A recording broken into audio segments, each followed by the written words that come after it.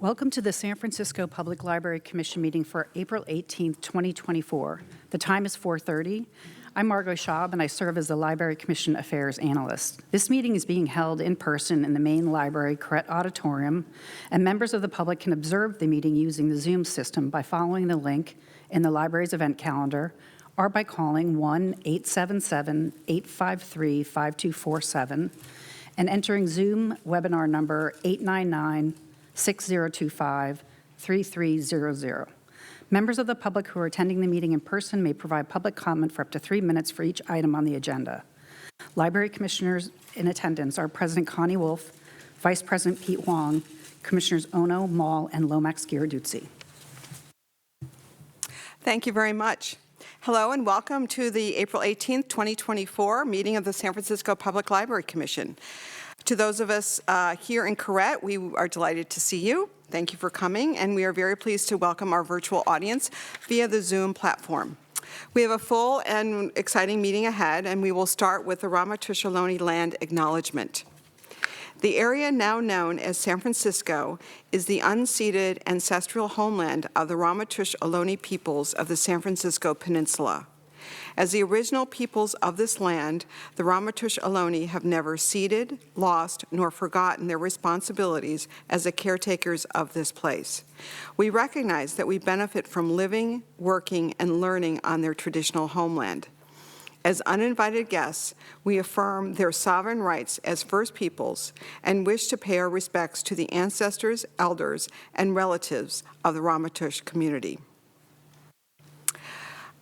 If you have not already done so, all the materials for this meeting are available on the Library Commission webpage or here in the Corrett Auditorium at the back.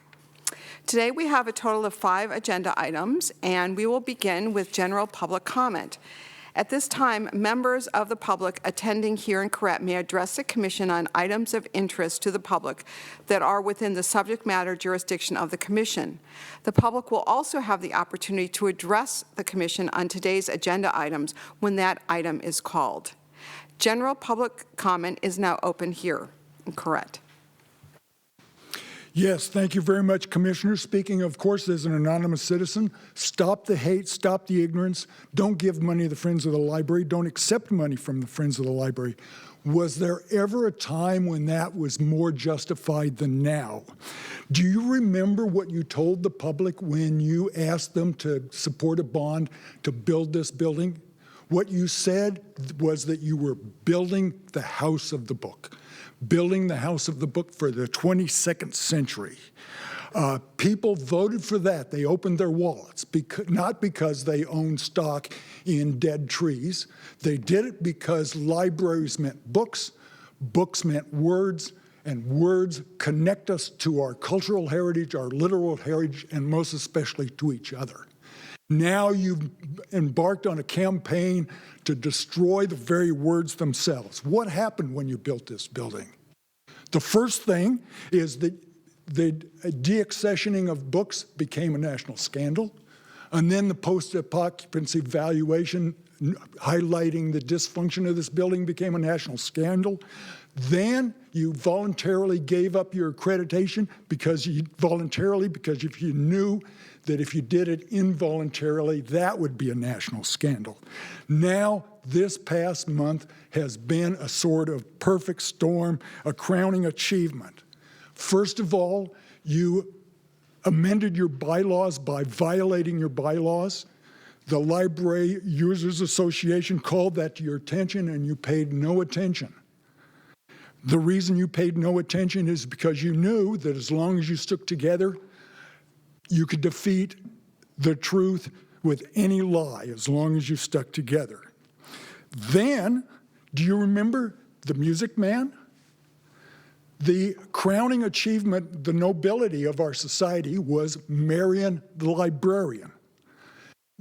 And the devil's tool was the pool hall. Now, if you look at your strategic plan, apparently you're planning to put in pool tables. Does anybody support that strategic plan who wasn't paid to work on it? Not a chance. And finally, and most significantly, you have citizens gathered on the steps of the library telling you that the libraries are so oppressive, so poisonous that they don't want to be there. And the people standing there protesting are the librarians? Really? And they know they can't talk to you.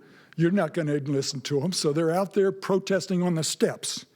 Do you think you should finally apologize to the people who've tried to remind you all these years what has been shown, which is the lies cost more than the money?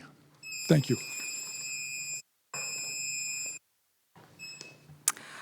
Further comments?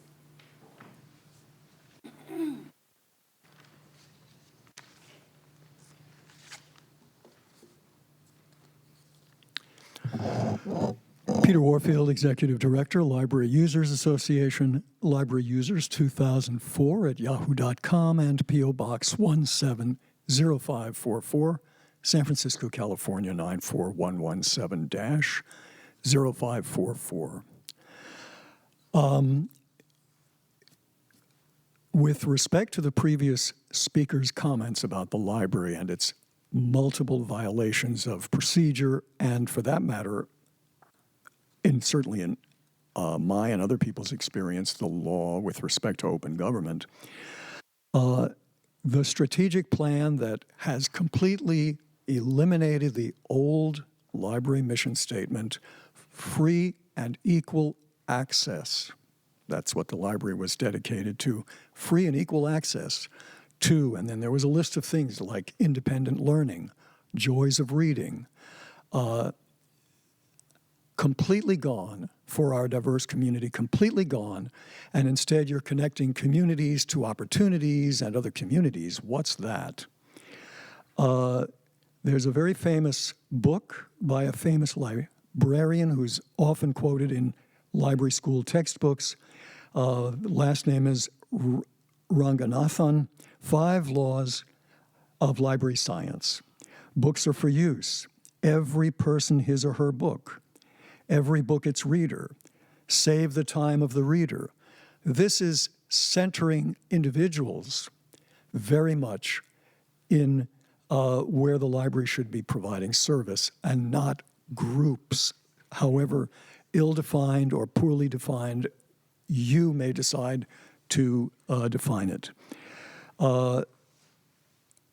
The other thing is that I've talked before about the library's constant touting of tech, and in particular, in its monthly at the library having Get Social exclamation point in a box with all of the standard social media, the very same ones that the Surgeon General of the United States has said are toxic to particularly kids and teenage girls, but to everybody essentially. And he has also talked about the toxicity and the problems, that, including an epidemic of loneliness that's caused by too much attention spent on internet. And yet the library is continually touting that as well, including internet-based materials like e-books and so on.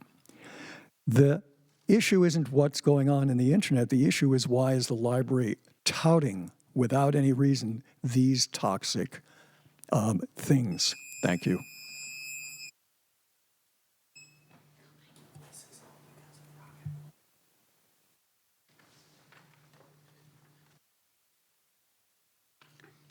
Hi, how are y'all doing? I'm Michael Vincent Danella Mercanti from Friends of the San Francisco Public Library.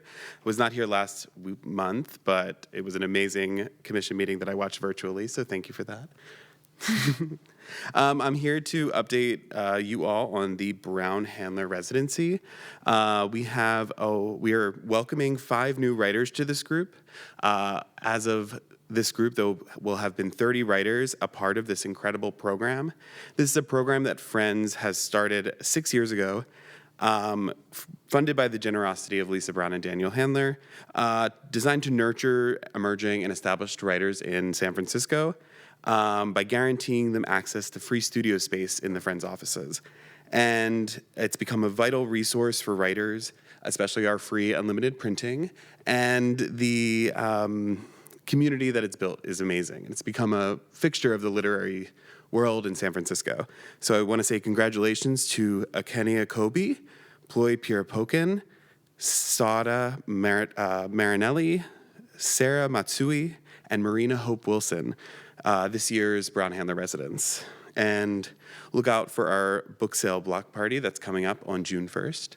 I think we have another speaker as well, so I'll see the rest of my time. Thank you so much.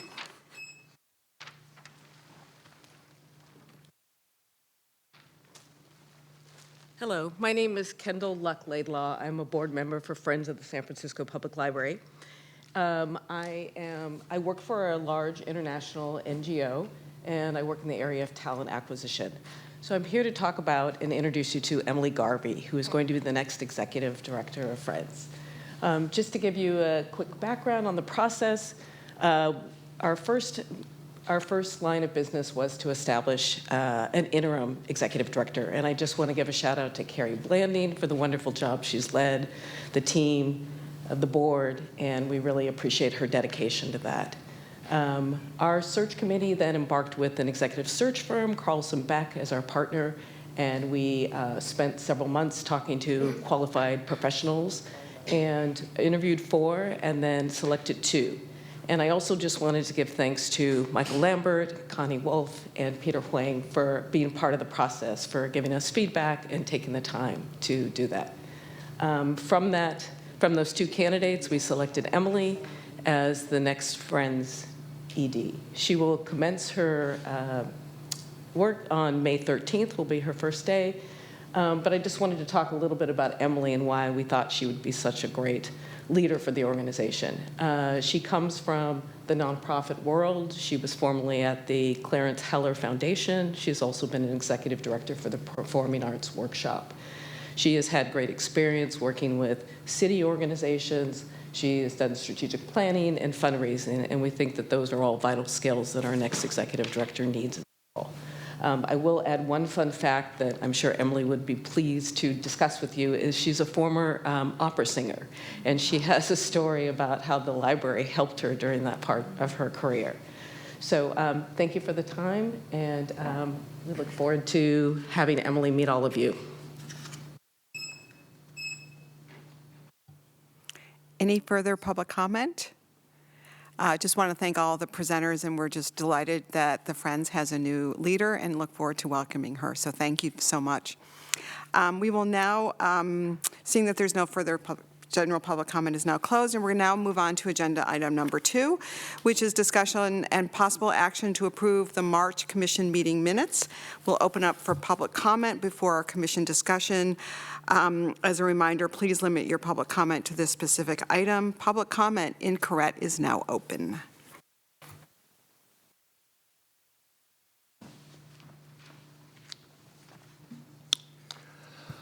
Peter Warfield, Executive Director, Library Users Association, Library Users 2004 at yahoo.com, and P.O. Box 170544, San Francisco, California, 94117-0544.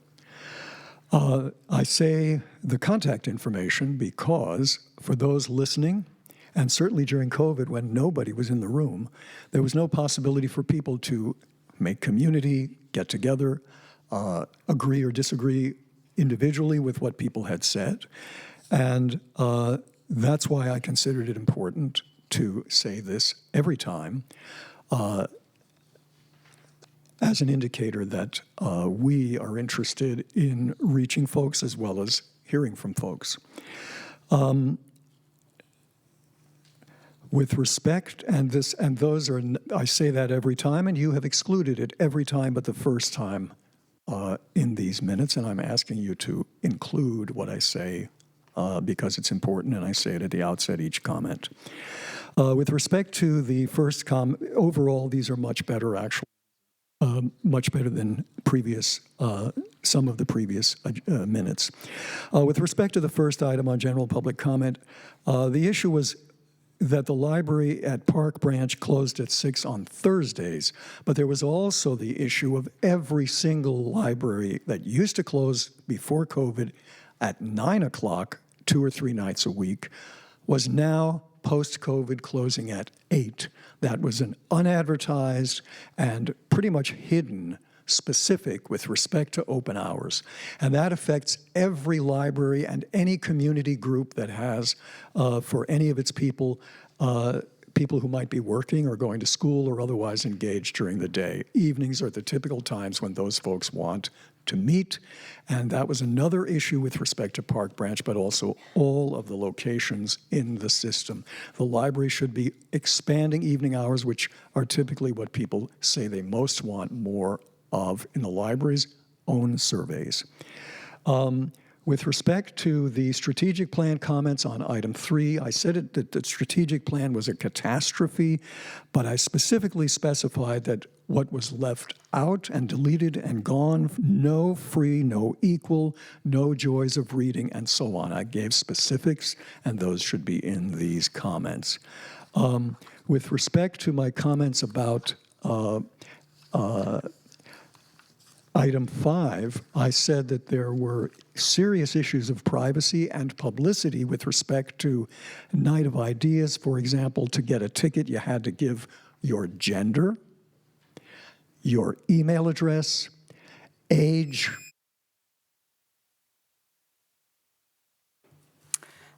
Thank you. Any further public comment relating to this agenda item?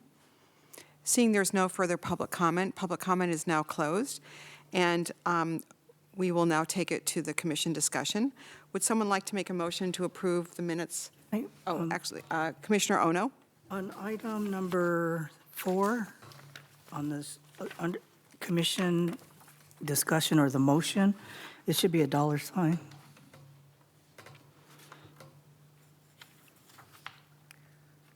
I think she's talking about The motion. motion under number 4. It has a number sign, and it should be a dollar Correct. sign. Dollar sign for 111. 831. 831. Yeah, 131. right before the action, right. With that, I'll make a motion to approve the amended minutes. Do we have a second to approve the amended minutes as noted? I'll second it. We have a motion from Commissioner Ono, and we have a second from Commissioner Lomax-Garducci to approve the minutes with that amendment. And I'll take the roll call. Commissioners, please say aye or no when I call your name. President Wolf. Aye. Vice President Wong. Aye. Commissioner Ono. Aye. Commissioner Mall. Aye. Commissioner Lomax-Garducci. Aye. The motion passes unanimously. We now move to item number 3, which is the discussion about public service, the Public Services Performance Measures Report. We turn this over to City Librarian Michael Lambert. Thank you, Madam President, and good evening, Commissioners. Library staff appreciate this opportunity to deliver a report on the library's performance measures. Our Chief Analytics Officer, Randy McClure, is here this evening to deliver this report. Randy, take it away. All right. Good evening, everyone. My name is Randy McClure, and I'm going to walk you through some public services performance measures this evening. It's been a while since we've looked at this. Okay, so we'll start with visits. This is a core metric that we obviously track at the daily level, weekly, monthly, yearly. Reminder that we opened for service post-COVID nearly 3 years ago at this point. We had another strong push with open hours in fall of 2021, and we have steadily increased those hours back to the full pre-COVID complement as of last fall, 2023. You can see on the slide, comparing the first 9 months of fiscal 23 to fiscal 24, we're up 19% year over year on those visits, with a year-to-date total of 2.9 million visits. Projecting out 3 more months, we're almost to the end of the fiscal year. It will probably end up in a 3.8 million to 4.0 million range. And for reference, FY23, which was last fiscal year, was just shy of 3.4 million visitors. So we're looking at about 500,000 more visitors this year. The last year of pre-COVID data was about, if we projected 2020 out, it would have been about 5.2 million. So we still are a little bit below where we were pre-COVID on visitors. So you have that context. Next, we look at circulation, another core metric. So this is also showing the steady growth we've had since we reopened officially in May 2021. Note the red bar going across the top, which represents 1.1 million circulations in a month. Okay, so going all the way across.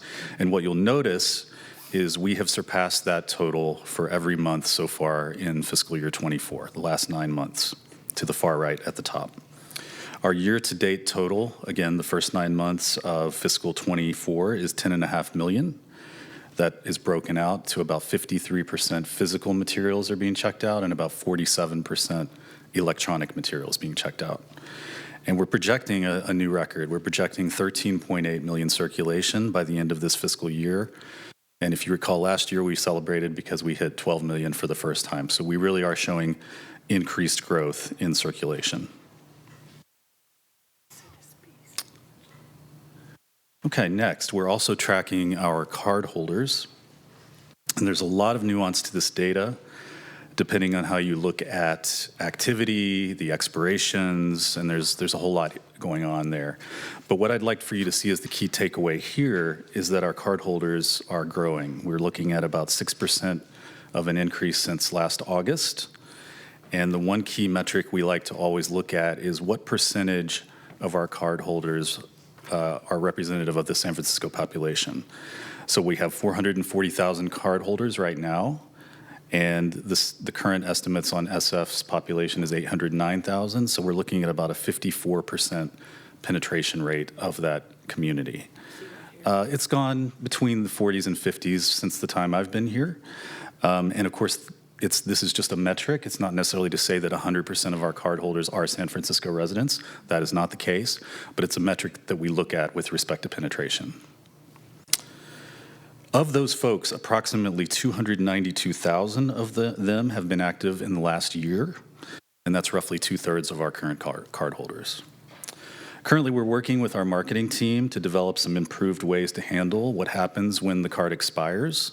There's a little bit of a friction that happens at that point, and we're hoping to try to make that more efficient so that it's as frictionless as possible to get them back to full service in terms of their card being able to be used. Next, we'll look at programming. And as you know, you've heard in this space many times, a lot of effort has been put forth in the past year plus to get our programming back to where it was.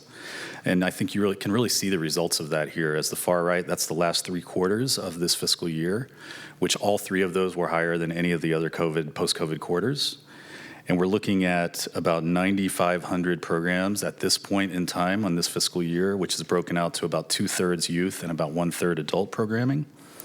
And we're looking at over 12,000 programs by the time we get to the end of this fiscal year.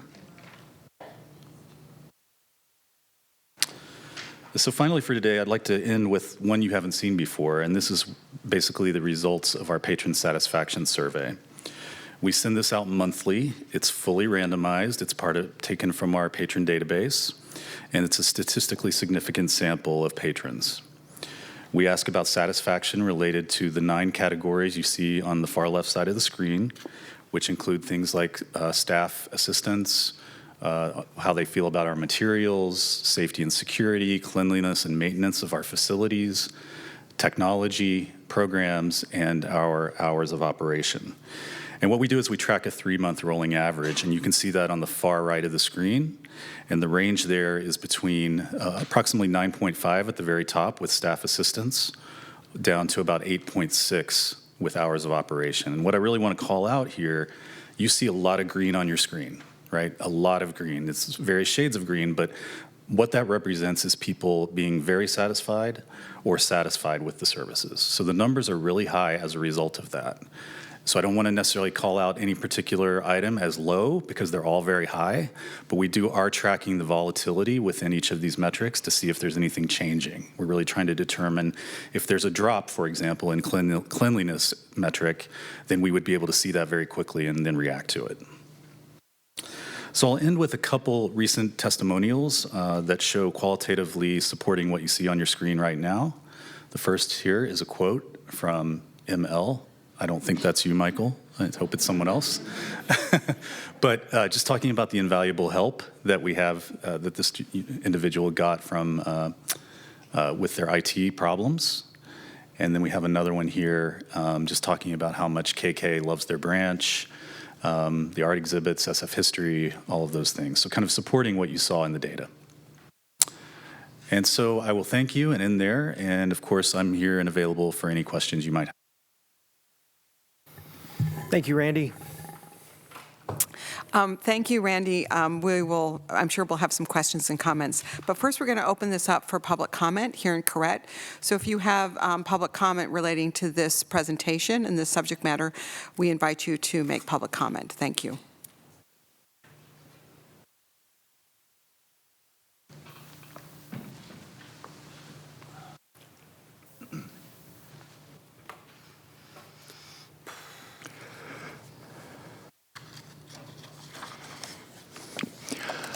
Peter Warfield, Executive Director, Library Users Association, Library Users 2004 at yahoo.com and P.O. Box 170544, San Francisco, California, 94117-0544. I liked it louder. There's a great deal to be said about this stuff, and one of my favorite books from pre-college reading was How to Lie with Statistics. Now, I'm not saying anything is lying here, but I am saying that there are certain emphases and de-emphases here that are very much biased, and in particular biased in favor of telling a happy story and a positive story that isn't necessarily. Let's start with public services visits. There's nothing here that mentions the number of visits aren't due to some wonderful improvement in service or greater satisfaction. How about talking about how the hours increased? The hours were much lower in 2021 during COVID, where this starts. So, of course, the library is going to have more visits as places open, and that indeed is what this shows. There's no mention of why, not just vaguely, potentially, virtues of the library. This circulation thing completely leaves out the fact that e-materials were down 20.5% from this point here to this point here, which is a 31% decline in e-material usage as a percentage of overall usage, while books went from 33.5% to 54% of circulation, a 61% increase. As far as I'm concerned, that means books are going strong, and that is something that the library needs to take into account and not just constantly talk about how wonderful people love ebooks. Yes, people love ebooks who use them. That's great. Some people don't have any access. Some people still like their books. With respect to patron satisfaction, what do you know? Ours are the least satisfactory of all. And let's talk about who was asked. I wasn't. How come? Well, it turns out that the survey was only distributed to people who have email connection to the library. This is not card holders. This is people who are card holders, presumably who are active and are on the library books, is getting in touch via email. That completely excludes all the vulnerable populations disproportionately who have less or no access to the internet, and I think that's not something you should be doing, excluding them from even listening to them. Any further public comment regarding item number 3? Seeing there's no further public comment regarding number 3, we'll now open this up for a comment and discussion with the commission.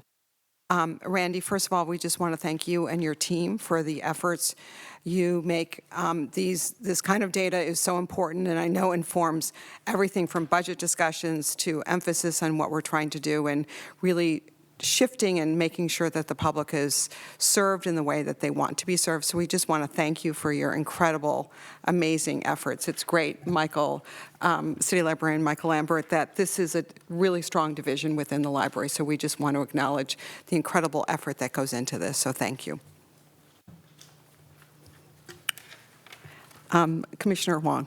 Thank you so much for this. I love that we have the facts in front of us, which is amazing. I think it's really interesting whenever we we started getting numbers in front of us, I feel like the tenor of our conversations changes a little bit, which is really nice. Like we can always there's no hiding behind the numbers, right? And assuming you have sort of designed things in a reasonable fashion. One of the things that sort of stands out to me is just to share my takeaways on some of this. On page 10, public services performance measures by visits. I think this just says that getting all of the branches open to regular service was very clearly a very deliberate effort on the part of leadership and staff, and it went extremely well. And it's showing up in the numbers there, which I think is great, and we can see that people are enjoying their neighborhood branches more. At the same time, I can understand the general commentary around, you shouldn't compare, this period versus that period for XYZ reasons. Keep in mind that there's no claim on this page, right? We're simply reporting the facts here, which is that there was definitively a 19% year-over-year increase in visits. The interpretation is left up to the reader, right? And we can do all this sort of, problem solving on what the right takeaway might be. But keep in mind for anyone listening too, I think the general point is correct. Confirmation bias exists in that, as anyone who's going in with a hypothesis on what's happening in the world will tend to look for those patterns first in the data. We're all subject towards that, right? And so I think this imagination that we're waging some campaign against certain patterns or preferring one thing or another is feels made up to me, frankly. Because when you flip to the next page, I think it's rather clear that our main thing here is that circulation is going up, and that's important. Mm-hmm. And the most important thing in my mind is that we're connecting more people to more resources that they enjoy. And the delivery format is sort of up to them. We all understand that people have changing preferences. We have demographic shifts over time, right? In the fact that you have, in a 5-year period, it's not simply just that you have more or less people. It's simply that consumer preferences on how they consume information changes in those 5 years because the population is changing, right? So I think my overall take here is I am super happy that we have Randy here to lead the team that produces something like this and to give us some visibility in what's going on. And I also love that as we have stepped further away from COVID, a lot of the things that feel just catching back up to the state of play before COVID happened, it feels like those efforts are bearing tremendous fruit. The programming, the reopening of the branches, continuing to drive enrollment. I think there's some things here that get me excited, which is the cardholder count. I'm thinking on a 10-year time frame, what does it take for us to break out of that 40 to 50 range? Right, and for us to think ambitiously about what it means to reach 60%, 70%, something like that, right? I think in the context of the strategic plan, one of the things that I sort of see with the library is we get to serve way more people than we normally did under the previous sort of traditional definition of a library. We get to do that, and that is very exciting, and I encourage us to be ambitious in sort of forming the plans that again push this number to much higher than we previously seen and open the doors to a lot more types of community interactions than we typically had. Thank you very much, Commissioner Wong. That was really insightful and helpful. Appreciate that. Commissioner Mall. Thank you, Randy, for this information. I have a question about the library cards expiring. Could you talk about that a little? I mean, I thought I had my library card for life. Yeah, there is. Can you hear me? There is a limit on the amount of time that a library card can be held before it does expire. I believe that limit is 4 years, right? 4 years. So there's some friction in that process because folks have to come back in and prove that their address is a California address. And so what we're trying to discuss with the marketing team is how to get ahead of that. So if we can contact them 30, 60, 90 days before the card expires and potentially have an electronic way to renew that card and prove that they are a California resident, then that would be a much less frictional process, right? And it would be easier. What we are seeing in our data, unfortunately, is when people do expire, they don't always come back. So we want to try to make that as easy as possible. It's something we're talking about internally. So it could be like, say, Costco, Exactly. where all of a sudden you're re-upped and you didn't even know you re-upped, but you're re-upped, or maybe Amazon or something. I think there are some rules about the verifying California state residency, but it could be an easier process than what we currently have. Yes. Yeah. Thanks. Yep. Commissioner Lomax-Garducci. Thank you so much, Randy. I have a question around the 54% penetration. What does that kind of mean to you in regard to, you know, where San Francisco is and compared to, say, peer libraries and whoever those peers may be? And it's not a critique, it's just really a question out of curiosity. Yeah, I have seen that data. It's not something that we can easily get at this point. There have been through COVID, some data that nationally used to be published, but through the PLA, through the ULC, that they don't provide as easily as they used to. But I have seen enough to know that 50+% is very good.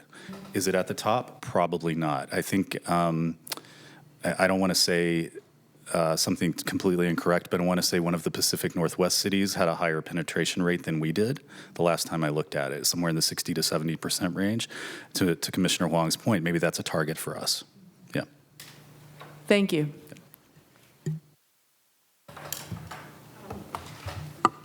Commissioner Lopez. Hi, Randy. Thank you and your team for always giving us facts. I have a question, and it's more of a curiosity. With the card holders, with the inactive, does inactive for checking materials? Does it mean that they're not active, like engaging in some of the other programming, right? Right. Partially. So what it means is that they are not active as far as hitting our database. So that could be checking out materials for sure, right? Okay. Electronic materials, physical materials.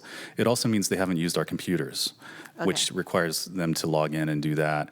It does not track if someone only comes to programs or only uses the facilities, because we have privacy constraints and we don't know that, right? So an inactive user is someone that has a card and it has not expired yet, so it's within that 4-year period, but we haven't seen them for 3 years. We haven't seen them within our system.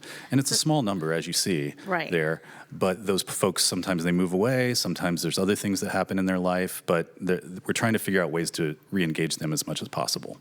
Okay. Yep.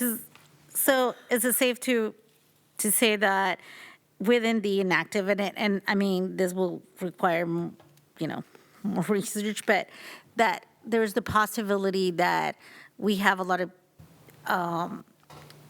clients or patrons that are still utilizing the services and participating. I'm thinking of Night of Ideas when this place was crowded, and you know, and other events that we have in the public places, not in the public, in the public places like Dia de los Niños, where they engage, but not necessarily because there's no like need to check in or to do something. So, and the reason where I bring that up is because I feel that, well, it is really important to capture, you know, like who's checking books and everything, is that the library is providing way too many services that people are utilizing, and that's a fact. And we cannot quantify it sometimes because, you know, we're not collecting data because whatever, you know. So I am very optimistic that, you know, that, I mean, more people are utilizing that we can capture, so. And I'll just make a comment there. We believe, and I live in the world of data, so it's hard for me to say things speculatively, but we believe that there are actually more people that are not card holders using the spaces than they are card holders using the spaces in that way, because card holders tend to want to use the other things as well, right? So we think there's a good portion of people beyond the top of that those bar graphs that do come in the space, use the facilities, use the Wi-Fi, come to certain events or programs, but they're not card holders. We think that would be a bigger group. Yep. Thank you. Thank you very much. Great comments, great questions. I think, once again, I love that you said that you don't like to be speculative. That's a wonderful comment, Randy. Thank you for everything. And I do think that this really just is such an important tool for the staff to really think about areas for improvement.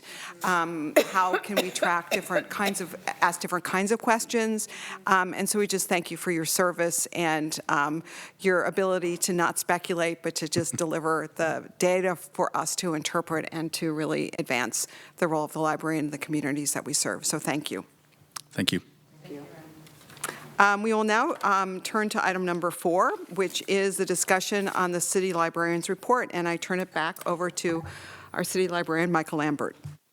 Thank you, President Wolf. We have 2 reports this evening, and I'm pleased to introduce our first presenter. Richard Lee is the branch manager of the North Beach Branch Library, and he's going to talk about a genealogy conference that he hosted recently.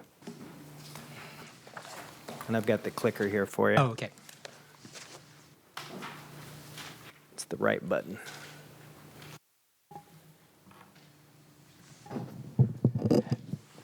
Good afternoon, commissioners. Michael Lambert, city librarian. Welcome. I just want to say it's an honor to be here to share with you this wonderful and meaningful event coming up on May 22nd. It's a Wednesday, so mark that calendar. The reason is Brian Weaver and I. Brian is the 3rd floor program manager here at the main library. We put together all-day conference for genealogists, novelists who want to learn and research their family history and roots. And I also invite all of you to come and learn and the techniques that we have, learned. So come enjoy. So let's see. Did you know that you can research through the library resources to find your lost childhood friends or biological parents or adopted parents, do property research, do research on your home, ancestry, or if you're a recent immigrant, you want to find out your ancestors overseas, or even just you have photographs and be able to find out who's in that photos. We can help you find that. Military records, lost, descendants, whoever, or someone who just passed away and you want to get an obituary of that because you want to contact the families. Or if you have story, you want to research story through newspaper just to add to the historical contact of that period of time or their ancestor or something. We can help you that. So all these resources. So I want to share with you one success stories that this is just, so someone came to the library, came to the desk and asked me to find a person. This person know that this person's recently passed away and they want to contact their families or grandchildren, whoever. And using the library resources, I was able to find the persons and the phone number through these methods. So another person came to the desk. I'm a reference librarian, so I help people to do that kind of stuff.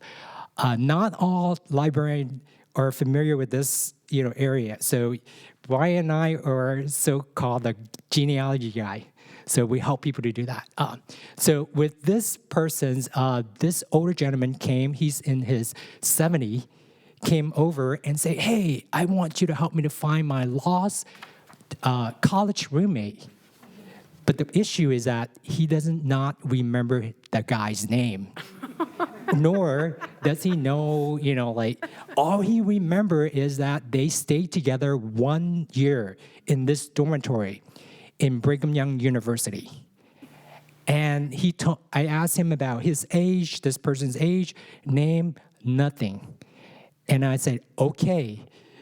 So doing a little bit of detective work, asked him about what college or university, he was able to tell me that this person he's looking for played football, Brigham Young University. Through using our library resources, Heritage Quest, I was able to access the yearbook of the year that they went to college. And lucky enough, I was able to find the photographs of a football player with their jersey number, which identifies the full name of the persons. Afterward, I asked him about what major, what kind of study this person did, in college. So he was telling me that he studied political science. And knowing that gave me extra clue. When you finish your study, most people go into politics or, law. So, and then he told me one key information. This person headed to New York City after graduation, which he doesn't have any contact over 40 years. So looking at the New York Bar Association, I was able to get a list of attorneys who went to this, with the name. And later on, I checked, the website for Brigham Young University, and fair enough, this attorney made donation back to the school as alumni.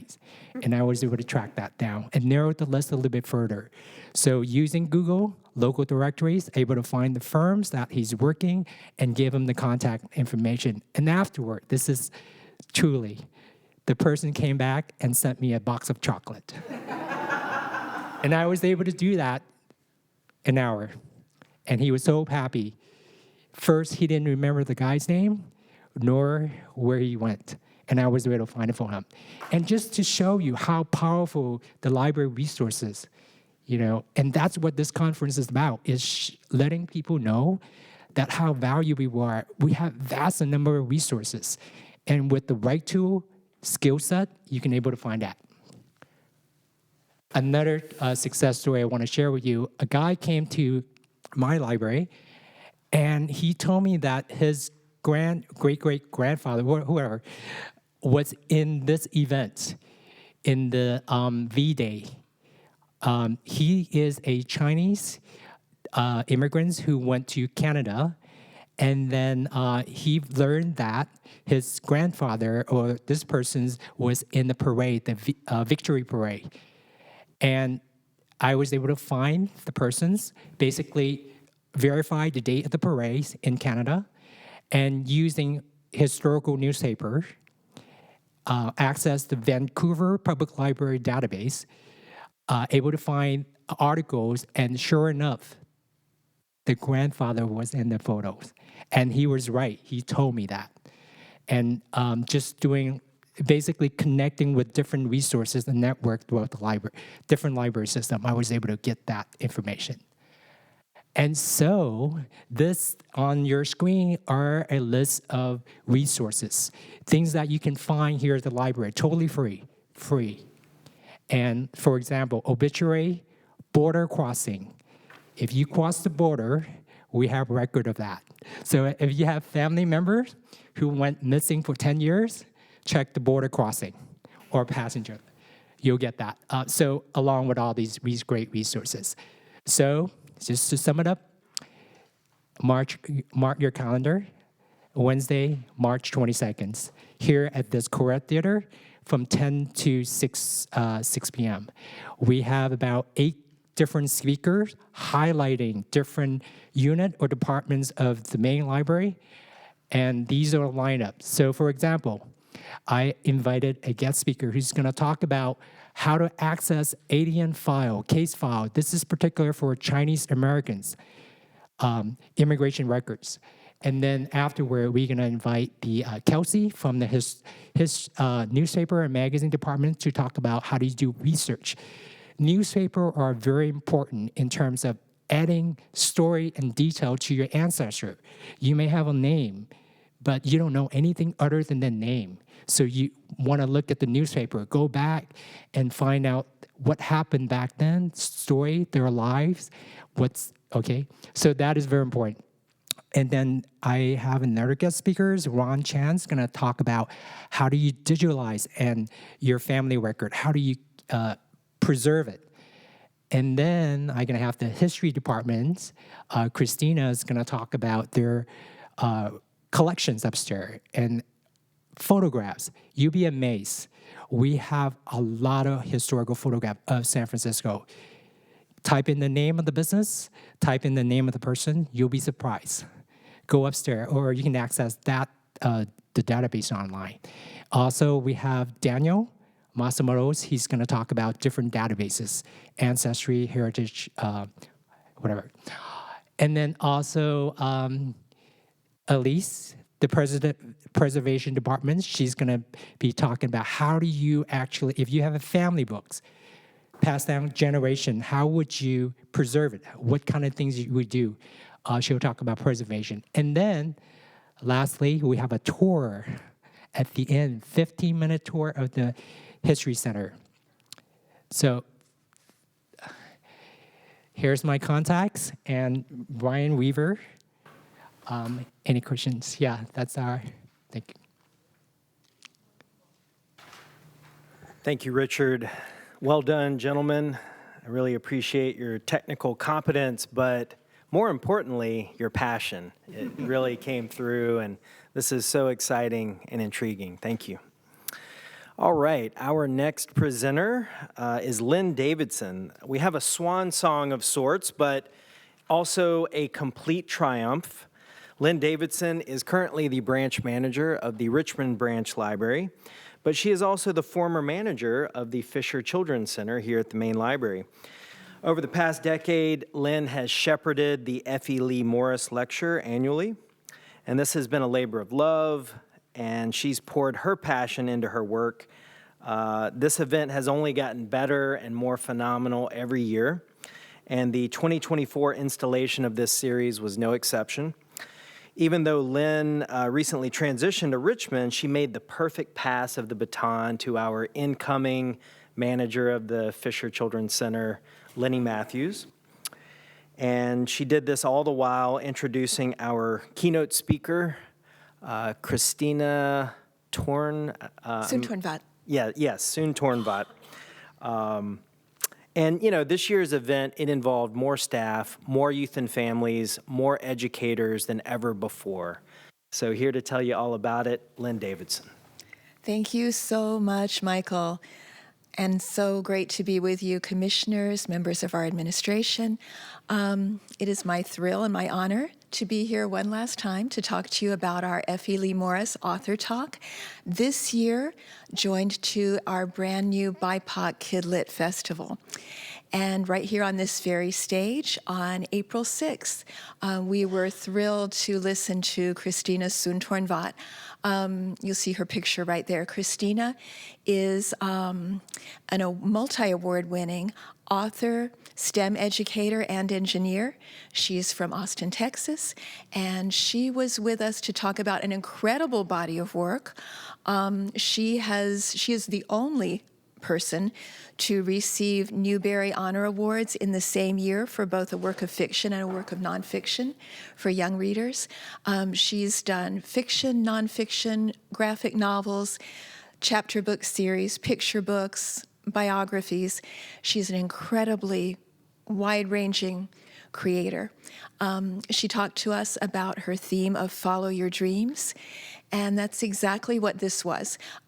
We had about 200 people in this auditorium to listen to Christina, and at least that many visiting our associated BIPOC Kid Lit Fest right outside here on the lower level. When people were here listening to Christina, most of them were the kids and families that we have reached out to through our book club, which you'll hear about in just a moment. And so they were able to hear Christina talk about her own growing up years.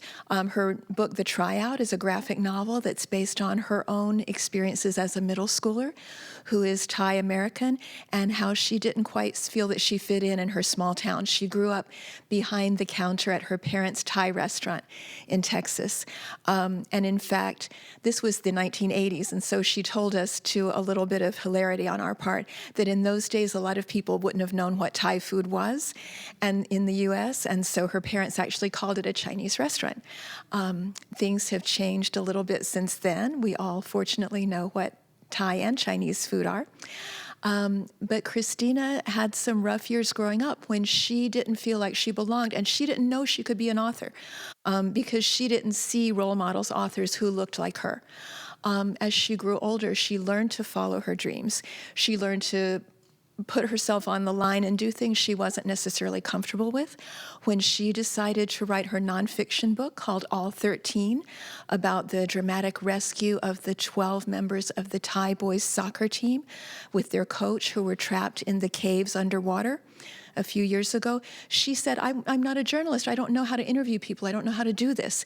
But she taught herself, she learned, and she dug into the material. And because she felt so much passion and commitment to bringing a Thai perspective, a Thai American perspective to the story, and so much immersion in her material, she created an incredible work of nonfiction, an award-winning book that's incredibly inspiring for all of us who listen to Christina. One of the other high points of Christina's talk for most of us in the room was that during the Q&A afterwards, there was a young girl who said to Christina, "Thank you so much. Before I came here, I didn't realize that I could also be an author. I didn't know that was something for me, but now you've shown me that I can follow my dreams just as you did." So it was an incredible evening. And I will also say that this was the biggest in-person crowd we have had for this event since before COVID. Even larger than many of the pre-COVID events before. So the Effie Lee Morris brand, if you will, is taking off, and we're expanding. And so you're going to hear a little bit about that now. Let's see. Oh, I clicked it right. Good for me. So just to show you some of the history of this, in addition to Christina Sundtornvat speaking for us this year, last year we were pleased to host Jewel Parker Rhodes, author of Ghost Boys, whom you'll see in the center portion there on your right. And Jewel is another incredibly inspiring speaker for young people who also packed the house. You'll see in the middle of that center band of images, Effie Lee Morris herself, for whom this lecture is named and for whom this program, without whom this program would not exist. It honors Ms. Morris's work in building and supporting diverse communities of young readers. And you also see to your right a very diverse and rich group of writers and illustrators. They are all Bay Area creators, and they were all part of our first ever BIPOC Kidlit Fest. And so on the same day that we hosted Christina Sundtornvat as our keynoter, she was one piece of this now larger Lit Fest just for kids. And you'll see over there on your right, going clockwise from the upper left, you'll see Angela Dalton, who is an incredible creator of books that center young black characters in settings that she wishes that she could have read in books when she was young. Next to her is Lisa Moore Ramey, who does some wonderful novels for middle graders dealing with social justice.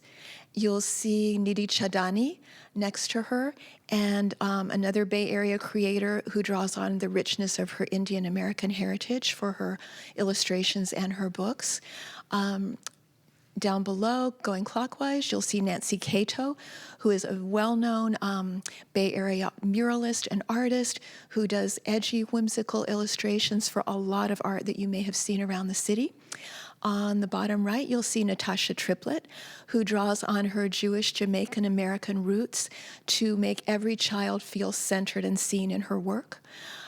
You will see in the middle there Jessica Jane Robinson, who draws on her interest in recycling and the environment to create stories around child protagonists facing these issues. You'll also see Aida Salazar, who is an author, artist activist, and translator here in the Bay Area, who also centers issues of identity and social justice in her work. And right there in the middle row, you will see the father and son duo who have published 5 books together. The father is Omar and the son is Khalil Bala. And together they have done 5 incredible books with Khalil's illustrations and Omar's text. And so those creators were also here to share their stories, to do story times, book readings, and to meet all of our patrons who came to the Lit Fest. And so this was a huge partnership. I will mention my former team, my always beloved team at the Maine Children's Center, led by Youth Center's manager Megan Anderson, and currently by my incredible successor, Lainey Matthews, as program manager. And also the entire Maine Children's Center team made this happen, most especially Ini Jacinto, who is one of the frontline librarians at Maine Children's Center and who led the in-school book club that is associated with the program. Naomi Jelks, our racial equity manager of SFPL, and the SFPL Racial Equity Committee, with strong support from Jen Wu and Ileana Pulu and the Community Programs and Partnerships team. Naomi and her team were in charge of the entire Lit Fest. They sourced the authors, they created the event and hosted it. It was an incredible partnership for the Children's Center and the Racial Equity Committee. The goals we achieved this year are significant. We rebranded a former lecture format into an author talk. And that's significant because for many years, now in its 28th year, the F.E. Lee Morris Author Talk was the F.E. Lee Morris Lecture. And it attracted large audiences of adults around the Bay Area. This was great. We love our adults, and we still want them to come and love their support of this program. And at the same time, we wanted to rebrand this and recreate this as something centered on youth of color, youth in our community, bringing all of our youth together as readers, writers, and creators. And so it's now the F.E. Lee Morris Author Talk.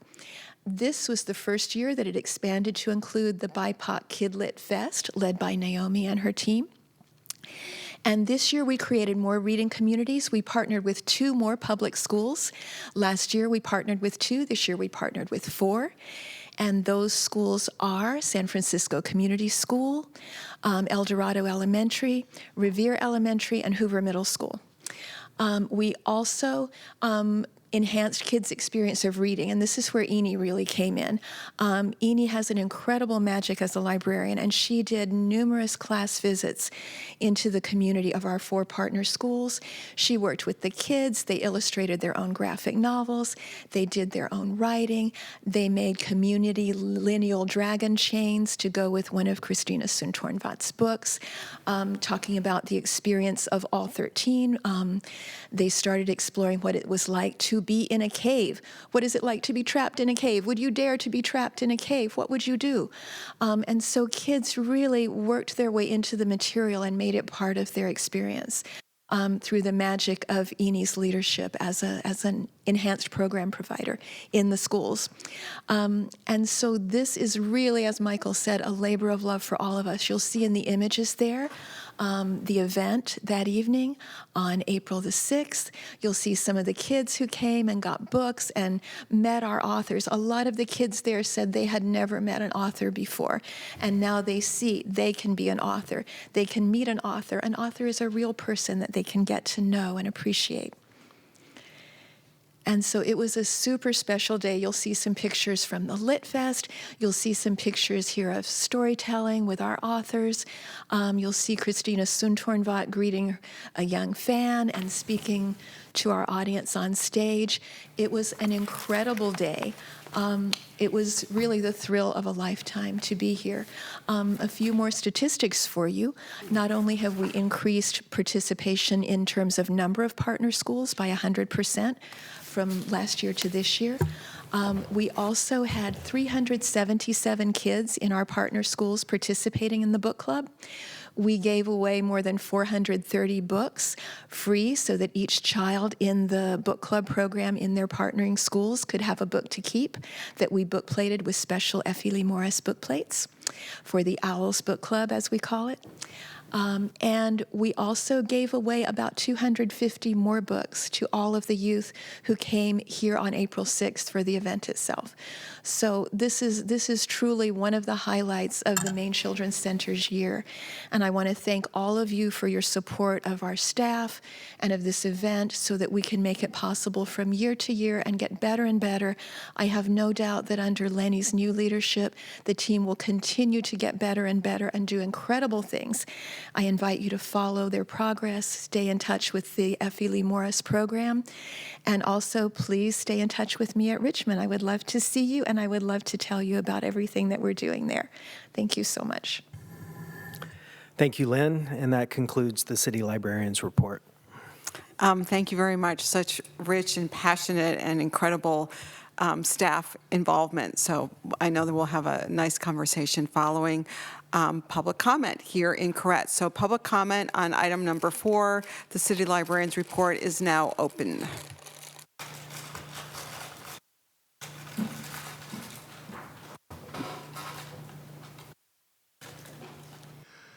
Peter Warfield, Executive Director, Library Users Association, Library Users 2004 at yahoo.com, and P.O. Box 170544, San Francisco, California, 94117-0544. As I usually, if not always, say, I'm always glad to hear presentations about stuff that the library is doing, and that's true here as well.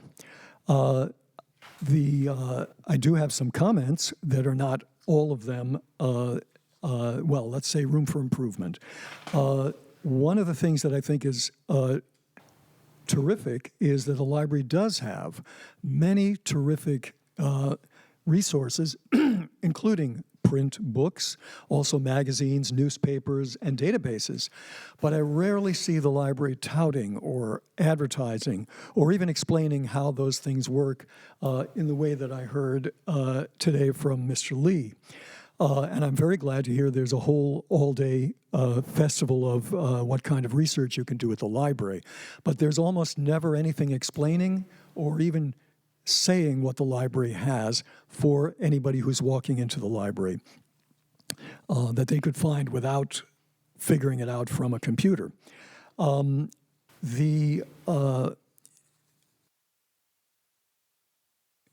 So I would only say that I would like to see more how to look something up in a catalog. I remember last name, first name for author. We don't even have that anywhere.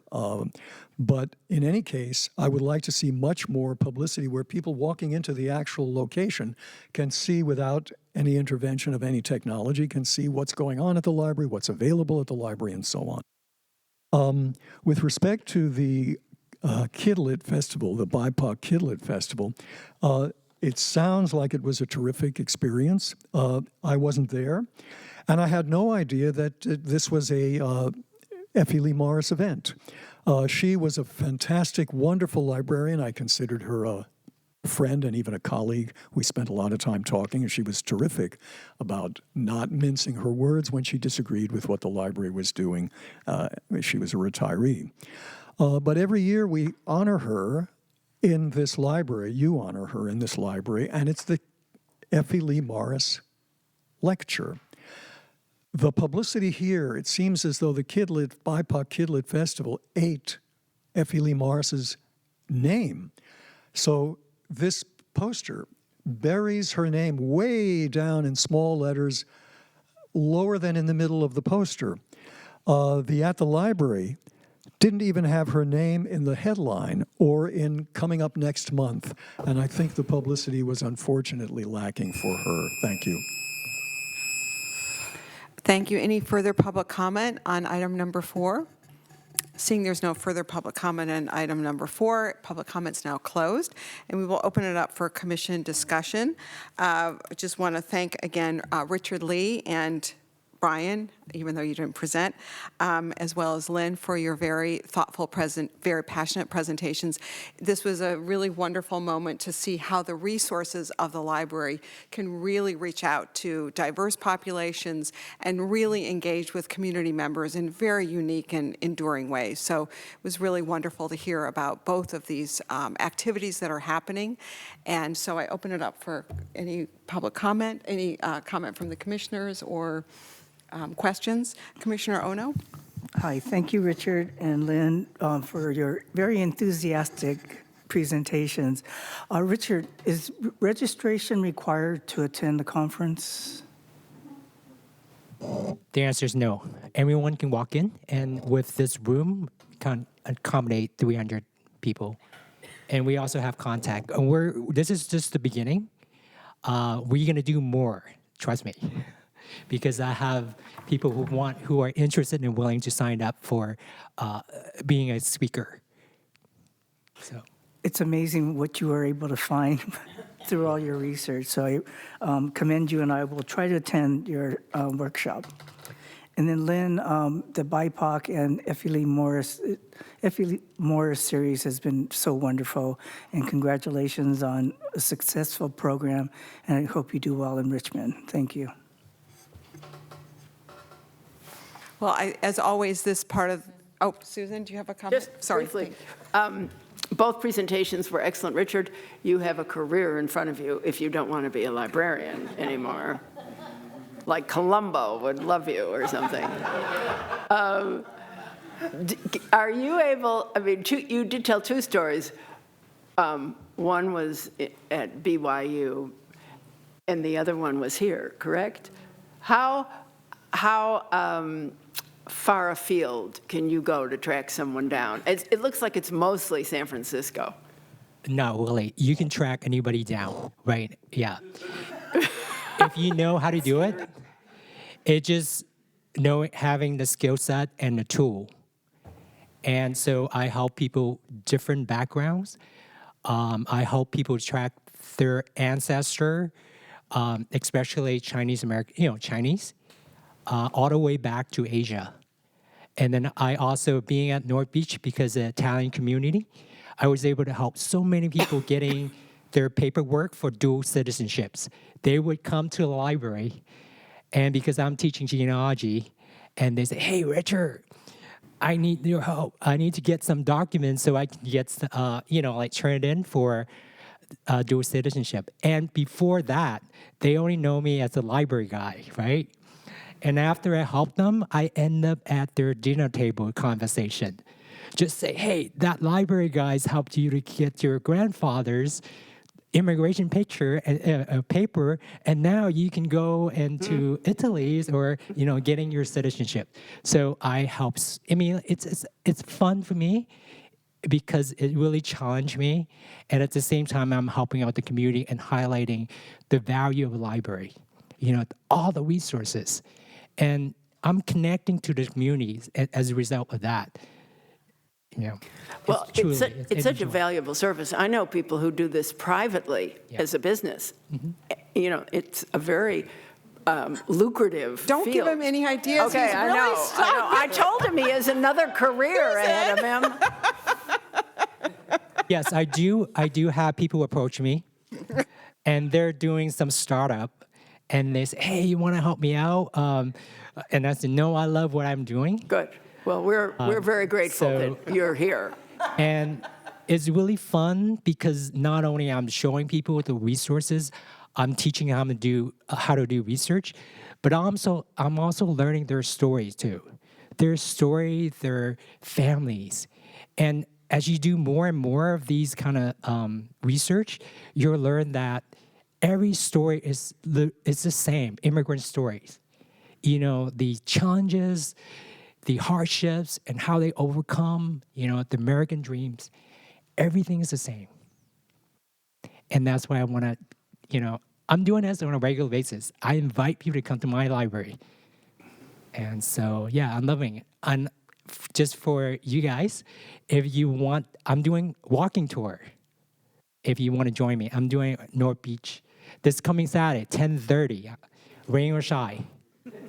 So far, there's a lot of people sign up. So. Thank you. Well, thank you again.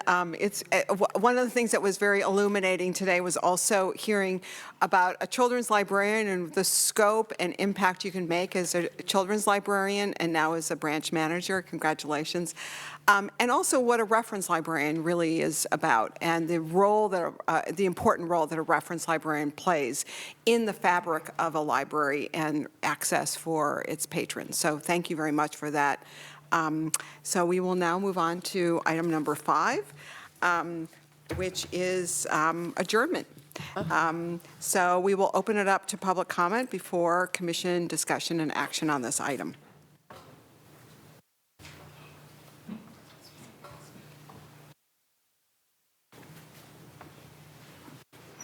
Peter Warfield, Executive Director, Library Users Association, 2004 at yahoo.com, and P.O. Box 170544, San Francisco, California, 94117-0544. As I have said before, and would like to say it again, I think you should not adjourn until you insist that future agendas have an item, typically at the end, which you used to have, and which many public bodies, including in this city, have, which is items you want to see on future agendas. I appreciated very much some of the questions that commissioners asked. I think there's a great deal to talk about with respect to performance. In particular, I'm concerned with exclusion, which two of the commissioners brought up with regard to what about these inactive folks? What about the long time not so active? And I think there's a serious question about that. What did not come up in the discussion was what role the $50 exclusion line means for people's careers as borrowers that are active. In this library, it used to be $10. Now, if you owe more than $50, you can't borrow anything. And you also can't use other features like interlibrary loan, even if it's something that's a reference material that you're not going to be allowed to take out of the library anyway. So for somebody who's poor and who maybe dropped one or two books on a rainy day into a wet gutter, and now they owe more than $50, or they took a bunch of kids' books out, but they're adults, they may not have that $50, $60, $70, $80. And the library does have records about who is inactive because, at least they have those for a while, until they drop the records. But there are people who are inactive who may well be inactive because, not any longer, thank goodness, because of their fines, but because they may have lost one or two books whose total value is more than $50. That's an example of, I think, potential for getting back folks if we figure out a way to have accountability, but not necessarily cash. So those are some issues with respect to the statistics that I think are important. The longer hours, of course, I think are clearly correlative and I think causative as well. I don't think it's needed to talk about biases. Let's talk about the facts. And the facts are the more hours the library has been open, the more there have been increases in circulation, particularly with books which are very, very strong and in very high demand. But I think the statistics and the performance questions are important to look into further and in more detail. Thank you.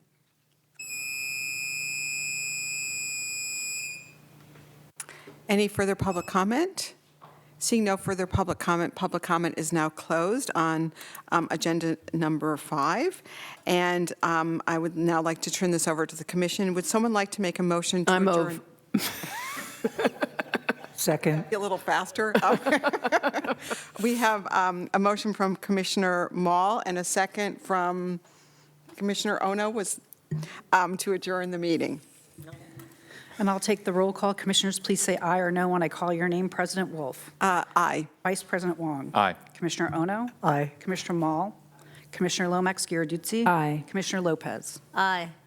The motion passes unanimously. The April Library Commission meeting is now concluded. Thank you very much, and we will see you back here at some event, hopefully between now and our next meeting in May. Thank you.